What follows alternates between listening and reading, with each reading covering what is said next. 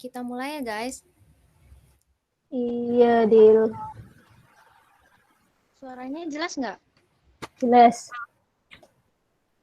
Oke.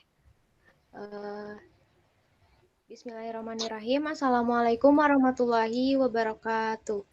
Waalaikumsalam warahmatullahi wabarakatuh. Sebelumnya, di presentasi kali ini, kami akan menjelaskan mengenai layanan murni, yaitu routing. Sebelum masuk ke materi, izinkan kami untuk memperkenalkan anggota dari tim kami. Yang pertama, yaitu ada Mia Asiani Hasanah dengan NIM 18011. Yang kedua ada Salsabila Ramadana dengan NIM 1816031. Yang ketiga ada Putri Andriani dengan NIM 1801633. Yang keempat itu ada saya sendiri yaitu Fadila Rubianti Wibowo dengan NIM 1816033. Dan yang terakhir ada Badliah Mahmud dengan NIM 1801639. Pada presentasi kali ini, ada beberapa poin pembahasan yang akan dibahas di presentasi ini. Yang pertama, yaitu mengenai pengertian routing. Yang kedua, itu ada fungsi routing. Yang ketiga, itu ada cara kerja dari routing itu sendiri. Yang keempat, itu ada kelebihan routing. Yang kelima, itu ada kekurangan routing, dan yang terakhir ada jenis-jenis routing.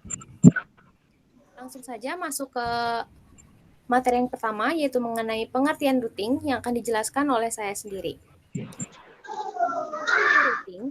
Routing adalah sebuah alat yang mengirimkan paket data melalui sebuah jaringan atau internet menuju tujuannya melalui sebuah proses yang dinamakan dengan routing. Sedangkan router itu adalah perangkat yang digunakan untuk menjalankan fungsi dari routing itu sendiri. Ada beberapa contoh routing. Yang pertama yaitu mengirimkan pesan dari satu komputer ke komputer yang lainnya. Yang kedua itu adalah telepon melalui jaringan internet. Dan yang ketiga yaitu mengirimkan data ke jaringan komputer. Lanjut ke materi selanjutnya yaitu mengenai fungsi routing.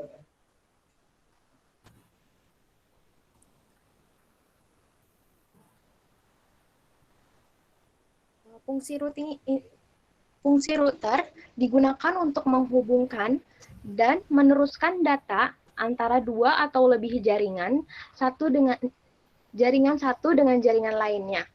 Saat ini router lebih dikenal sebagai alat untuk menghubungkan jaringan yang dipasang baik di rumah, di kantor, di warnet ataupun instansi lainnya untuk terhubung ke internet. Nah, biasanya router ini digunakan untuk menghubungkan dan meneruskan data antar dua atau lebih jaringan. Nah, router umumnya memiliki kemampuan untuk memblokir broadcast strom yang dapat memperlambat kinerja jaringan. Lanjut ke materi selanjutnya, yaitu mengenai cara kerja routing yang akan dijelaskan oleh Salsabila Ramadana. Kepada Salsabila, saya persilahkan. Cara kerja routing. Ada 5 cara kerja routing. Yang pertama yaitu destination address. Destination address itu alamat tujuan yang ingin dituju routing paket. Yang kedua yaitu ada sumber informasi. Router-router yang ada harus mengetahui dari sumber bisa dipelajari dan dipahami agar bisa sampai ke tujuan. Yang ketiga, menentukan rute. Jalur atau rute harus diketahui rute agar paket bisa sampai dengan benar.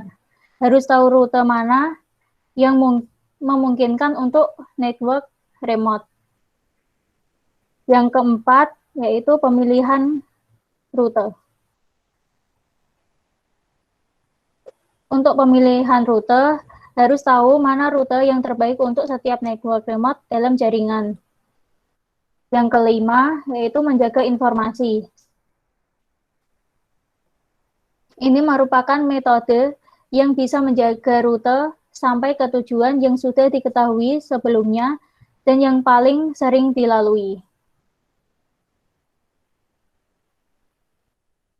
Untuk penjelasan selanjutnya yaitu kelebihan routing.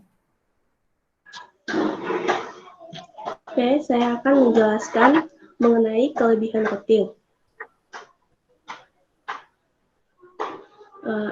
Routing memiliki 3 kelebihan. Yang pertama, tidak memerlukan waktu yang lama untuk melakukan pemrosesan rute. Yang kedua, yaitu tidak memaksakan bandwidth pada router. Dan yang ketiga, memberikan lebih banyak keamanan.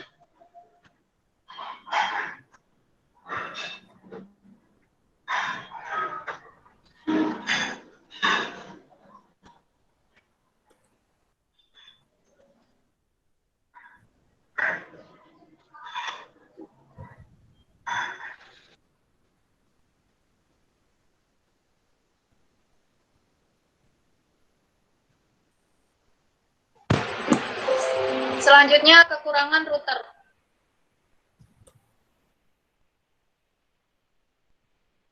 Pertama, network admin harus mengetahui segala informasi tentang router yang tersambung. Kedua, konfigurasi lebih rumit. Ketiga, membutuhkan waktu konfigurasi yang lebih lama. Selanjutnya, jenis-jenis routing. Jenis-jenis routing yaitu ada 3.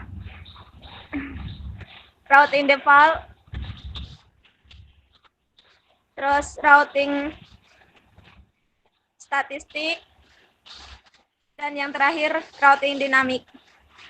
Routing default yaitu digunakan untuk mengirimkan paket-paket secara manual menambahkan router ke sebuah network tujuan yang remote yang tidak ada di routing table. Ke routing hub berikutnya, biasanya digunakan pada jaringan yang hanya memiliki satu jalur keluar. Routing statik yaitu terjadi jika admin secara manual menambahkan router-router di routing table dari setiap router. Routing dinamik yaitu ketika routing protokol digunakan untuk menemukan network dan melakukan update routing table pada router. Dan ini lebih mudah daripada menggunakan routing statistik dan default. Tapi ia akan membedakan Anda dalam hal proses-proses di CPU router dan penggunaan bandwidth dari link jaringan.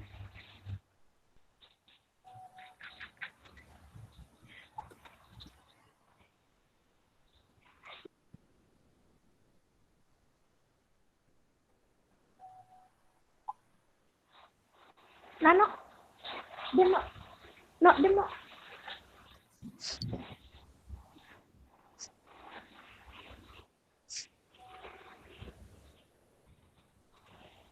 Baik, mungkin itu presentasi dari kami. Apakah ada pertanyaan dari teman-teman?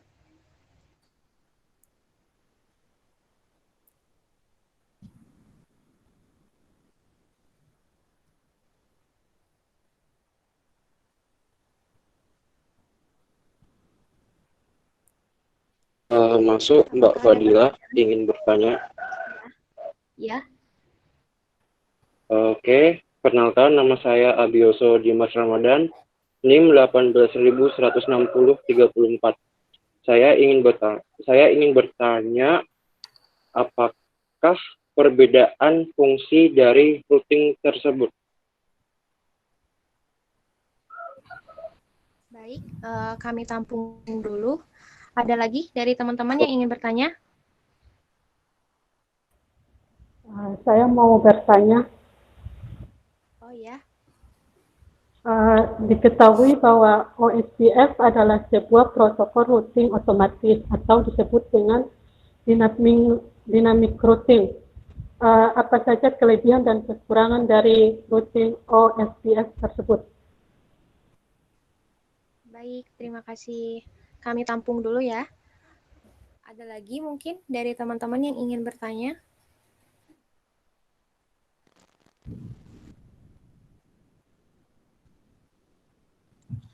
Izin bertanya, Ya. di situ tadi kan dijelaskan tentang routing dinamik. Nah, contoh dari routing dinamik yang bisa digunakan dalam jaringan internal itu kan ada RIP, IGRP, OSPF, dan AGRP ya. Nah, bisa dijelaskan itu tuh apa penjelasannya gitu lah. Bisa dijelaskan sedikit? Baik, terima kasih atas pertanyaannya. Terima kasih. Kami tampung. Sama-sama. Ada lagi yang ingin ditanyakan, teman-teman?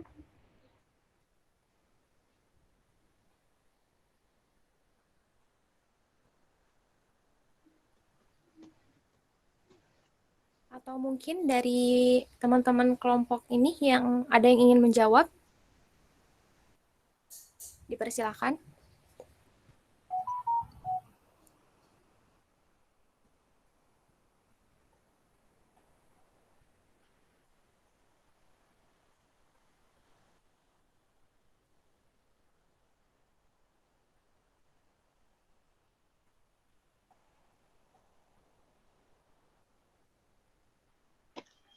Oke, saya akan mencoba menjawab pertanyaan dari Mbak Asri.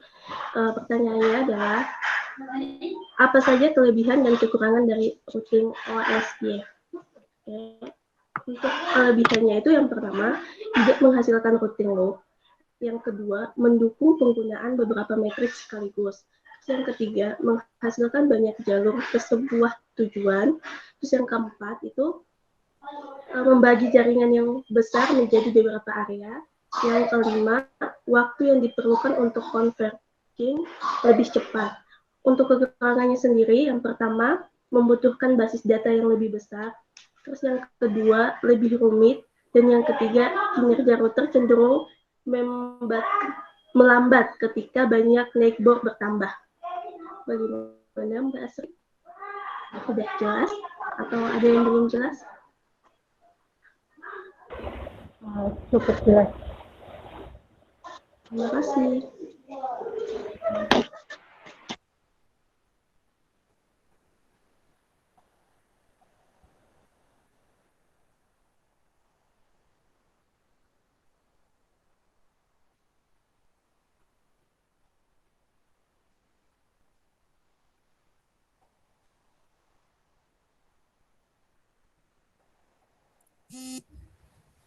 Baik, di sini saya akan menjawab pertanyaan dari Yuli.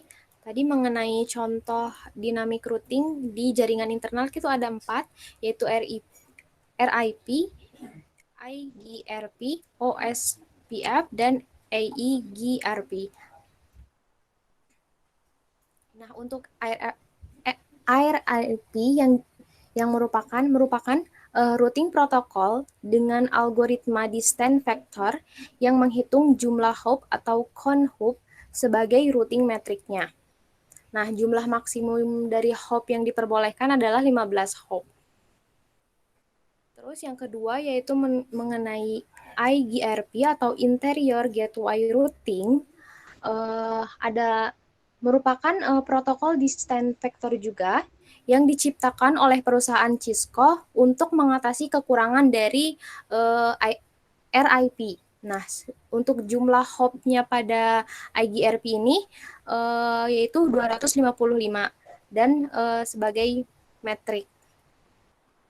Selanjutnya yaitu ada OSPF atau Open Shortest Path First yang merupakan sebuah routing protokol berjenis IGP atau Interior Gateway Routing Protocol yang hanya dapat bekerja dalam jaringan internal suatu organisasi atau perusahaan. Terus yang selanjutnya yaitu ada AIGRP atau Enhanced Interior Gateway Routing, merupakan routing protokol yang hanya diadopsi oleh router Cisco atau sering disebut sebagai proprietary protokol pada Cisco. Apakah sudah jelas atau ada yang ditanyakan lagi? Sudah, terima kasih. Baik, sama-sama.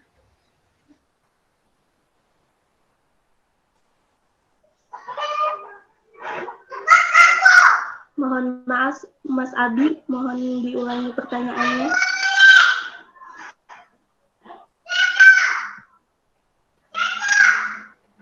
Mas Abi. Ya, masuk jaringannya, Mbak, soalnya tadi.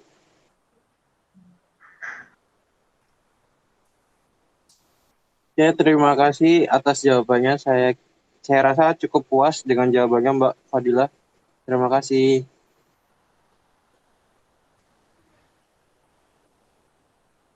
Bukan, Abi tadi aku jawabnya yang Yuli.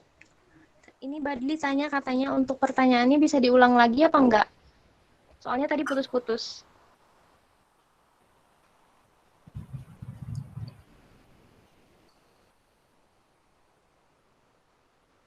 Sebentar. Eh, Oke, pertanyaannya, apakah perbedaan fungsi dari routing? Baik, terima kasih Mas Abi.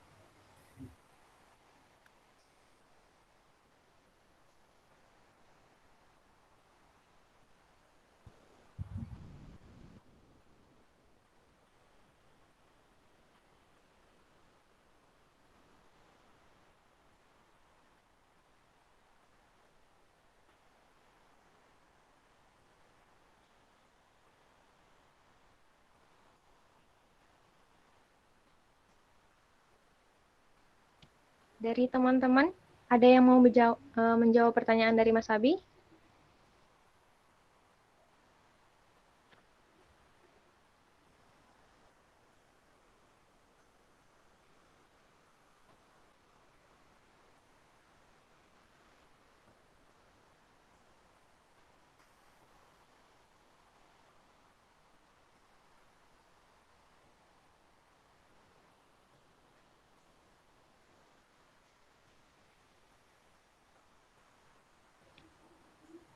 Atau mungkin dari teman-teman yang lain ada yang ingin ditanyakan lagi atau tidak?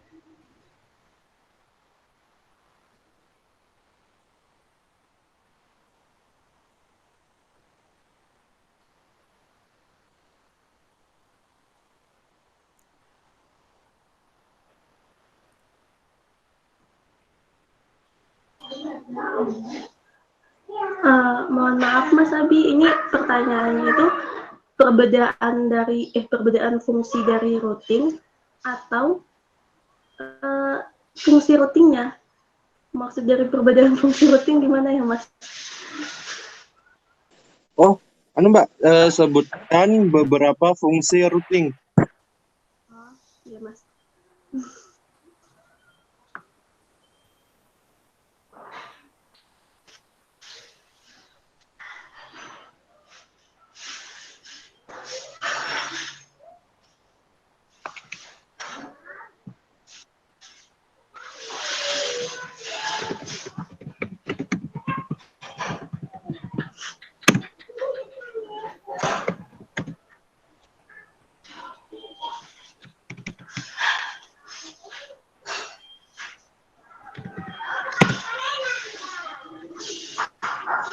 Oke, saya akan menjawab pertanyaan dari Abi.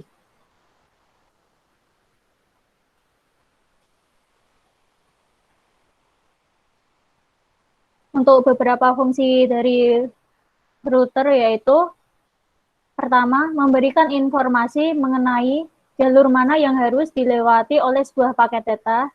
Yang kedua, menutup atau membuka jalur dari sebuah paket data. Yang keempat, membantu router dalam melakukan konfigurasi dari alamat IP route. Yang kelima, mencegah terjadinya kesalahan pengiriman paket data.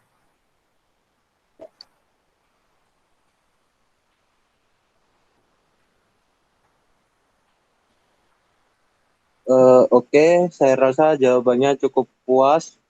Mungkin terima kasih buat Mbak Fadila dan teman-teman.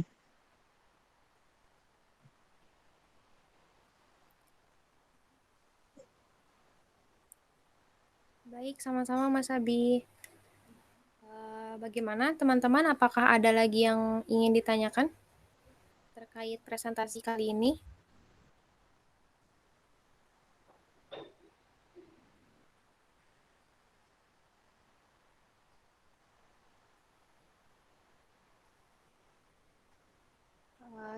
Sepertinya sudah tidak ada ya. Kalau memang sudah tidak ada pertanyaan dari teman-teman, mungkin saya cukupkan untuk presentasi kali ini. Terima kasih banyak atas waktunya sudah bersedia hadir di presentasi kali ini. Mohon maaf atas segala kekurangan, baik yang disengaja maupun tidak. Saya akhiri. Wassalamualaikum warahmatullahi wabarakatuh. Waalaikumsalam Warahmatullahi wabarakatuh.